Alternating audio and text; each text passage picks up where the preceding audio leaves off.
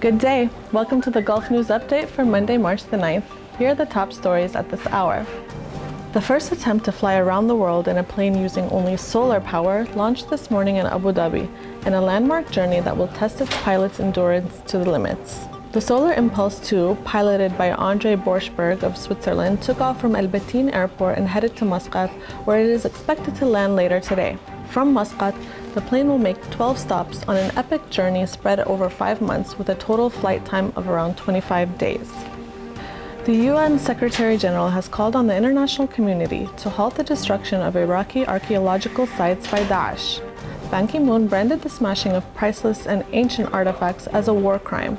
His comments came hours after Iraq's Tourism and Antiquities Minister called on the US-led coalition fighting Daesh to protect the sites. The families of 2 Australian drug smugglers facing imminent execution in Indonesia visited them today for the first time on a prison island. Muran Sukumaran and Andrew Chan, the ringleaders of the so-called Bali Niners gang, were sentenced to death in 2006 for trying to smuggle heroin out of Indonesia.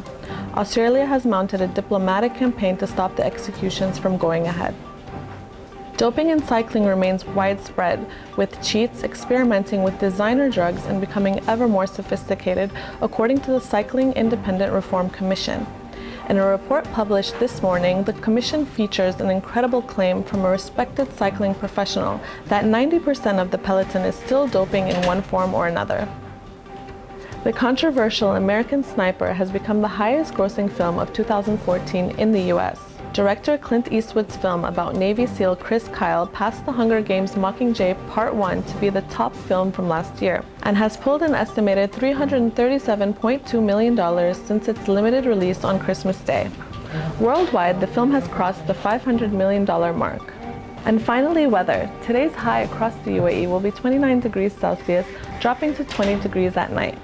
That's all for now. Thanks for watching, and as always, you can get the latest news at gulfnews.com.